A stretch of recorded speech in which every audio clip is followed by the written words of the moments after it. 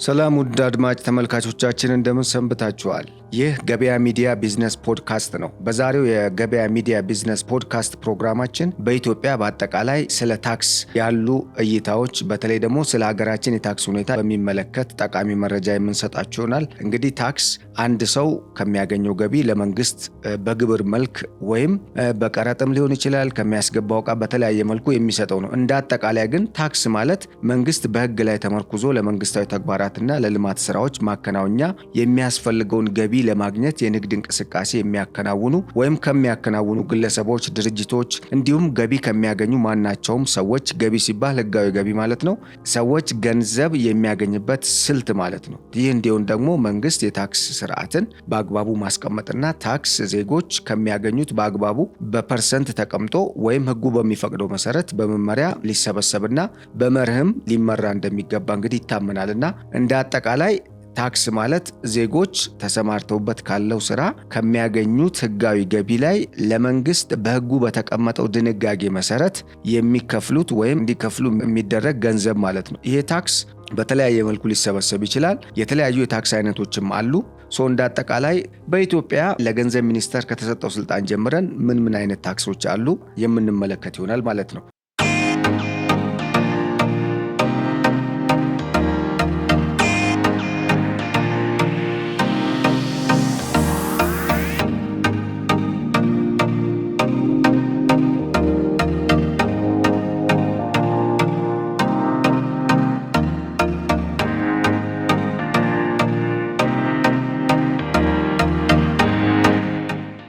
ለገንዘብ ሚኒስቴር ከተሰጡ ስልጣንና ተግባር መካከል ወይም ተግባራት መካከል ለታክስና ለቀረጥ ህጎች መሰረት የሚሆኑ ፖሊሲዎችን፣ ስትራቴጂዎችንና ህጎችን ማመንጨት እንዲሁም በትክክል ስራ ላይ መዋላቸውን የመከታተል ስልጣን ነው። በዚህም መሰረት ገቢን አሰባስቦ የሀገሪቱን የልማት ፕሮግራሞች ፋይናንስ በማድረግ ዘላቂ ልማት ለማረጋገጥ እንግዲህ እንዲቻል ገንዘብ ሚኒስቴር ግልጽ የሆኑ የታክስ ህጎችን በማውጣት ተግባራዊ እንዲያደርጉ ለሚመለከታቸው የመንግስት መስሪያ ቤቶች ይሰጣል ወይም ያዘጋጃል ማለት ነው። በዚህ መሰረት እነኚህ የመንግስት ግብር አስከፋይ ወይም ሰብሳቢ መስሪያ ቤቶች ለምሳሌ የኢትዮጵያ የገቢዎች ኮሚሽን ሊሆን ይችላል፣ ሌሎች የሚመለከታቸው የመንግስት በየተዋረዱ ያሉ የመንግስት ግብር አስከፋይ ወይም ግብር የሚሰበስቡ የግብር ሰብሳቢ መስሪያ ቤቶች ወይም ደግሞ የሚመለከታቸው የመንግስት አካላት ይህንን ሀገራዊ ፖሊሲና ስትራቴጂ እንደዚሁም በእነኚህ ፖሊሲዎችና ስትራቴጂዎች ስር የተዘረዘሩ መመሪያዎችን መሰረት በማድረግ የሚያስከፍሉ ወይም ግብርና አጠቃላይ ገቢን የሚሰበስቡ ይሆናል ማለት ነው። ይሄንን ካልን የታክስ አይነቶች እንግዲህ እንደ አጠቃላይ በሁለት ነው የሚመደቡት። ቀጥተኛ ታክስ እና ቀጥተኛ ያልሆኑ ታክሶች ተብለው ማለት ነው። ዳይሬክት ኤንድ ኢንዳይሬክት ታክስ ተብለው በሁለት ይከፈላሉ። ለዚህ ክፍል መሰረት የሆነው አንዱ ታክሱን ሰብስቦ ለመንግስት የመክፈል ኃላፊነትና ታክሱን የመክፈል የመጨረሻ ኃላፊነት የሚያርፍባቸው አካላት እነማን ናቸው የሚለውን መሰረት የሚያደርግ ነው። ቀጥተኛ ታክስ የሚባለው ማንኛውም ግለሰብ ወይም ድርጅት በሚያገኘው ገቢ ላይ በቀጥታ የሚከፍለው ወይም ታክስ የመክፈል የመጨረሻ ኃላፊነቱ በዚህ ታክስ ከፋይ ላይ ሲሆን ማለት ነው። ለምሳሌ አንድ ግለሰብ በሚሰራው ስራ ከሚያገኘው ገቢ በቀጥታ ራሱ ከሚያገኘው ገቢ ላይ ታክሱን የሚከፍል ሲሆን ወይም መክፈል በሱ ላይ ግዴታ ሲሆንበት ቀጥተኛ ታክስ እንላለን። ይሄ ማለት በቀጥታ ከታክስ ከፋዩ የሚሰበሰብ ገቢ ማለት ነው። ሁለተኛው እንግዲህ በሌላ በኩል በቀጥተኛ ያልሆነ ታክስ ስር የሚመደቡት ግለሰቡ ወይም ድርጅቱ ከሚያገኘው ገቢ በቀጥታ ግለሰብ ወይም ድርጅቱ ራሱ የሚከፍለው ሳይሆን በሀገር ውስጥም ሆነ በውጭ የተመረቱ ምርቶችና አገልግሎቶች ወደ ሀገር ሲገቡ ወይም በንግድ ሰንሰለት ውስጥ ለግብይት ሲቀርቡ ተጠቃሚዎች የመጨረሻውን ታክስ የመክፈል ግዴታ ሲኖርባቸው ወይም ኃላፊነቱ ወደ እነሱ የሚወርድ ከሆነ ይሄ ቀጥተኛ ያልሆነ ወይም ኢንዳይሬክት ታክስ የምንለውን የሚወክል ይሆናል ማለት ነው።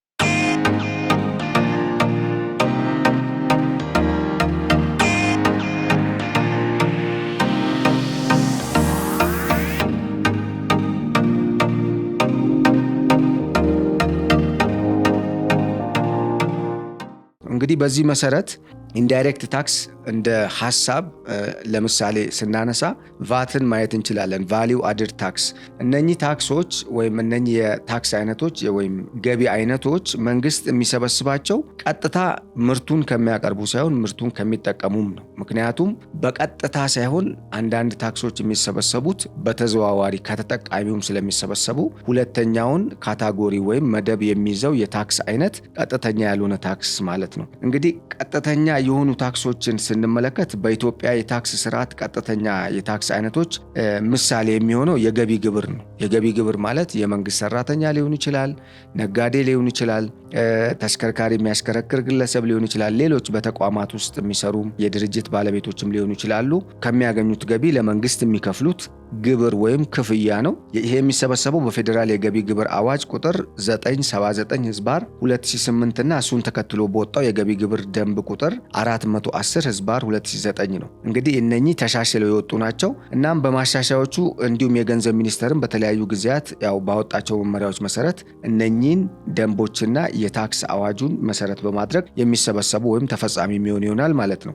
በመርህ ደረጃ የገቢ ግብር የሚሰበሰበው በኢትዮጵያ ነዋሪ የሆኑ ድርጅቶችና ግለሰቦች በየትኛውም የዓለም ክፍል ከሚያገኙት ገቢ ላይ ሲሆን በኢትዮጵያ ነዋሪ ያልሆኑ ድርጅቶችና ግለሰቦች በኢትዮጵያ ውስጥ ለሚያገኙት ገቢም ግብር የመክፈል ግዴታ ወይም ኃላፊነት ይኖርባቸዋል። ለምሳሌ የውጭ አገር ሰራተኞች ሊሆኑ ይችላሉ።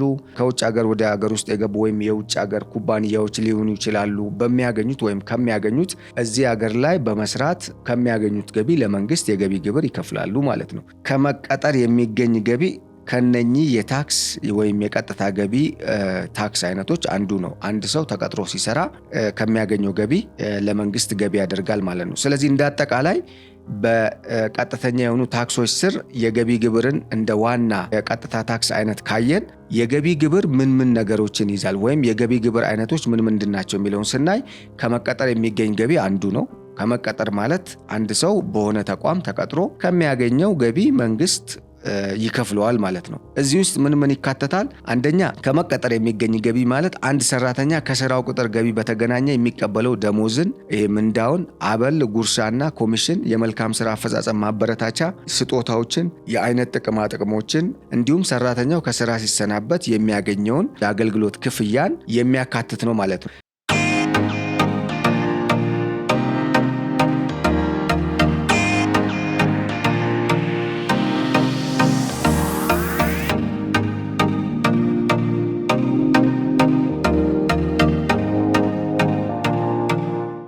ከመቀጠር የሚገኝ ገቢ በየወሩ ከሰራተኛው ገቢ ላይ የሚሰበሰብ ሆኖ ከ10 እስከ 35% የገቢ ግብር ምጣኔ ተፈጻሚ የሚሆኑበት ሁኔታ እንዳለ ነው ሕጉ የሚደነግገው ወይም የሚጠቁመው።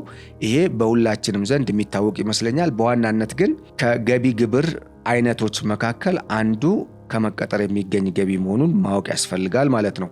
ቤት ኪራይ በማከራየት ከሚገኝ ገቢ መንግስት አንድ ሰው ቤትን በማከራየት ከሚያገኘው ገቢ ለመንግስት ገቢ የሚያደርግበት ሁኔታ ማለት ነው። ሌላው ከንግድ ስራ የሚገኝ ገቢ ነው። ይሄም አንድ ሰው በተሰማራበት የንግድ ስራ ሊሆን ይችላል። ለምሳሌ የኢንዱስትሪ፣ የንግድ፣ የሙያ ወይም የኮንቬንሽናል ስራዎች በሆነ ጊዜ መጥተው የሚሄዱ ስራዎች ሊኖሩ ይችላሉ። ወይም እነኚህንና ሌሎች የስራ ዘርፎች ላይ ተሰማርቶ በንግድ ማለት ነው ገቢ የሚያገኝ ሰው ለመንግስት የገቢ ግብር የሚከፍልበት ሁኔታ ይኖራል ማለት ነው። የንግድ ስራ ገቢዎች ታክስንም ያካትታል። የዚህ አይነቱ ግብር ተፈጻሚ የሚሆነው በድርጅቶች የኪራይ ገቢ ላይ 30% ሲሆን ግለሰቦች በሚያገኙት የኪራይ ገቢ ላይ እንደ ገቢ መጠኑ ልክ ከ0 እስከ 35% የታክስ ምጣኔ ተፈጻሚ ይደረግባቸዋል ማለት ነው። ስለዚህ ታክሱም በየግብር ዓመት መጨረሻ ላይ የሚከፈል እንደሆነ መገንዘብ አስፈላጊ ነው። ሌላው ልዩ ልዩ ገቢዎች ናቸው።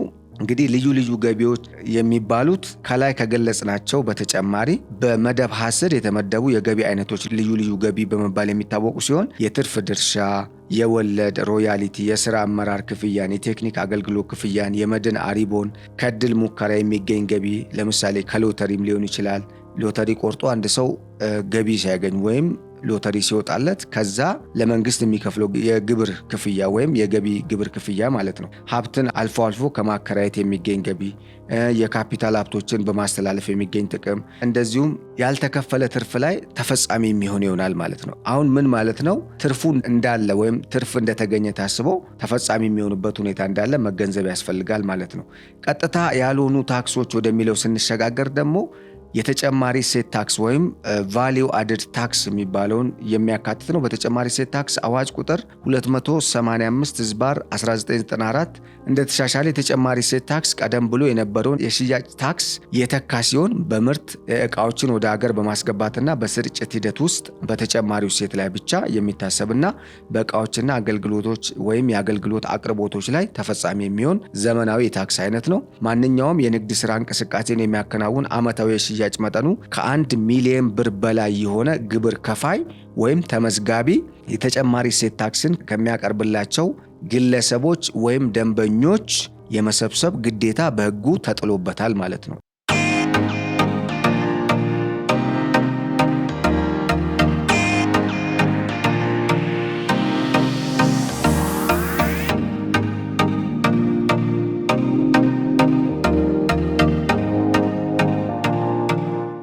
ይሄ ማለት አንድ ሰው ካፒታሉ ከ1 ሚሊዮን ብር በላይ ከሆነ የገቢ ግብር ከመክፈል በተጨማሪ የተጨማሪ እሴት ታክስን አገልግሎቱን ከሚሰጣቸው አካላት የመሰብሰብና ለመንግስት ገቢ የማድረግ ኃላፊነት በሕጉ እንደተጣለበት መገንዘብ ያስፈልጋል። የተጨማሪ እሴት ታክስ 2 አይነት መጠኖች አሉት። እነሱም 15 ከመቶ መደበኛ መጠንና 0 ከመቶ መጠን ሲሆኑ በ0 መጠን የሚስተናግዱት ኤክስፖርትን የበለጠ ለማበረታታት ሲሆን እንዲሁም ለብሔራዊ ባንክ የሚቀርብ የወርቅ ምርትን የሚያካትት ይሆናል።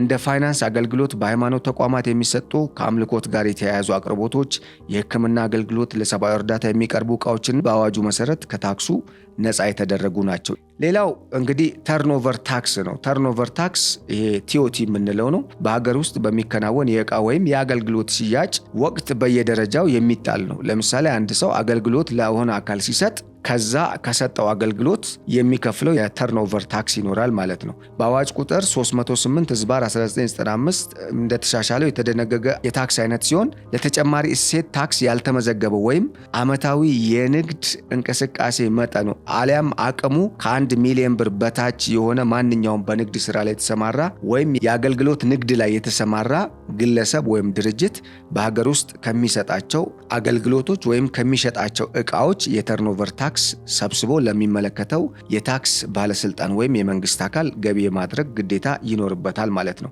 እቃዎችን የሚያቀርብ ግብር ከፋይ 2 በመቶ የታክስ ምጣኔ ታክስ የመክፈል ግዴታ ያለበት ሲሆን በሀገር ውስጥ የስራ ተቋራጭ፣ የእህል ወፍጮ ቤት፣ የትራክተርና የኮምባይን ሃርቨስተር አገልግሎት የሚሰጡ ግብር ከፋዮች 2 በመቶ እንዲሁም አገልግሎቶችን በሀገር ውስጥ የሚሰጡ ግብር ከፋዮች 10 በመቶ ታክስ የመሰብሰብና ከገዢው የተሰበሰበውን ታክስ ለመንግስት ገቢ ማድረግ እንዳለባቸው ሕጉ ይደነግጋል። ሌላው የጉምሩክ ቀረጥ ነው። በአዋጅ ቁጥር 859/2006 እና እንደተሻሻለው የጉምሩክ ቀረጥ ማለት በገቢና ወጪ እቃዎች ላይ የሚጣልና የሚሰበሰብ ቀረጥ ሲሆን በሕግ ነፃ የተደረጉ ካልሆኑ በቀር ማንኛውም ወደ ሀገር ውስጥ የሚገባ እቃ እንግዲህ ለዚህ ታክስ የተጋለጠ ወይም ይህንን ታክስ የመክፈል ግዴታ ይኖርበታል ማለት ነው። በኢትዮጵያ ያለው ከፍተኛ የጉምሩክ ቀረጥ ምጣኔ 35 በመቶ ሲሆን ይህም አሁን ላይ በስራ ላይ ያለ ነው። ዝቅተኛው ደግሞ 0 በመቶ ነው። ከምስራቅና ደቡብ አፍሪካ የጋራ ገበያ ወይም ኮሜሳ አባል ሀገራት ወደ ኢትዮጵያ የሚገቡ እቃዎች አነስተኛ የቀረጥ ምጣኔ ተፈጻሚ እንደሚሆንባቸውም በሕጉ ተቀምጧል። ይህም ቀጠናዊ የንግድ ትስስርን ለማሳለጥና የበለጠ ለማጠናከር ታሳቢ በማድረግ እንደሆነ ማወቅ ይቻላል ማለት ነው። ሌላኛው የኤክሳይዝ ታክስ ይባላል። ሌላኛው የታክስ አይነት ነው። በአዋጅ ቁጥር 1186/2012 መሰረት የኤክሳይዝ ታክስ በሀገር ውስጥ በሚመረቱና ከውጭ ወደ ሀገር በሚገቡ የተወሰኑ ምርቶች ወይም እቃዎች ላይ የተጣለ የታክስ አይነት ነው። የዚህ ታክስ ለየት የሚያደርገው የዚህ አይነቱ ታክስ ለየት የሚያደርገው ነገር ታክሱ ተፈጻሚ የሚሆነው በእቃዎችና አገልግሎቶች ላይ ሲሆን ዋነኛ ትኩረቱም የቅንጦት እቃዎች ወይም ሌግዠሪ ጉድስ የሚባሉት ላይ ነው።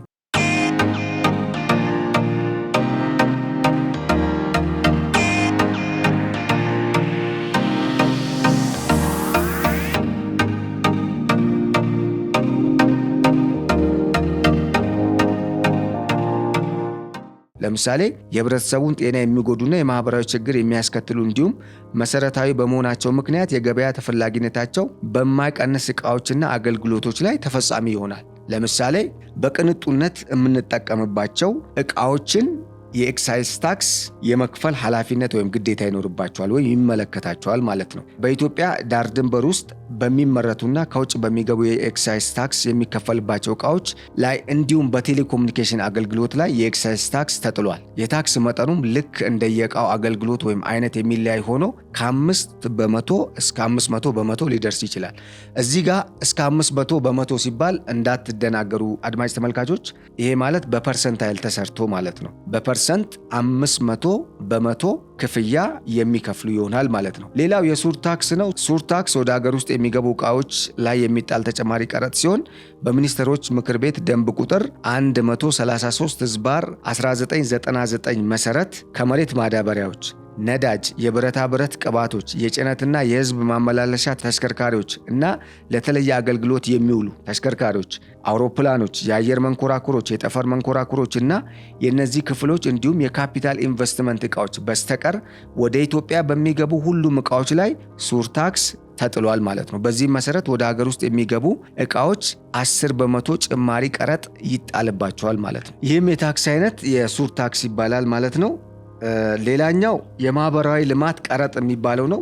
ወደ አገር በሚገቡ ዕቃዎች ላይ የማህበራዊ ልማት ቀረጥ ለማስከፈል የወጣ የሚኒስትሮች ምክር ቤት ደንብ ቁጥር 5/19/2014 አንቀጽ 2 መሰረት በሕጉ ነፃ ከተደረጉ ዕቃዎች በስተቀር በጉምሩክ ታሪፍ ደንብ የተዘረዘሩ ማናቸውም ዕቃዎች ወደ ሀገር በሚገቡበት ጊዜ የማህበራዊ ልማት ቀረጥ 3 በመቶ የሚከፍሉ ይሆናል ማለት ነው። ይህም የቀረጡ ዓላማ ለትምህርት፣ ለስልጠናና ለጤና ተቋማት መልሶ ማቋቋሚያና በተለይ ደግሞ የነኚህን መሰረታዊ የህዝብ ፍላጎቶችን ለመሙላት የሚያስችሉ ኢንቨስትመንቶችን ለማጠናከር የሚውል ነው የሚሆነው። ቀረጡ እንግዲህ አስፈላጊ እንደሆነ ምንም ጥርጥር የለውም። በዚህ መሰረት ታክስ ወይም ግብር እንግዲህ የሚሰበሰብ እንደሆነ መገንዘብ ያስፈልጋል። በአጠቃላይ ታክስ በሁለት መንገድ ይሰበሰባል። አንደኛው በቀጥታ ነው፣ ሁለተኛው በተዘዋዋሪ ነው። ቀጥታ የሚባለው ከገቢ ግብር የሚገኝ ታክስ ሲሆን ከገቢ ግብር የሚገኙ የታክስ አይነቶች ደግሞ ከመቀጠር የሚገኝ ገቢ፣ የመንግስት ሰራተኛ ሊሆን ይችላል፣ ከግል መስሪያ ቤት በግል መስሪያ ቤት ተቀጥሮ የሚሰራ ሰው ሊሆን ይችላል፣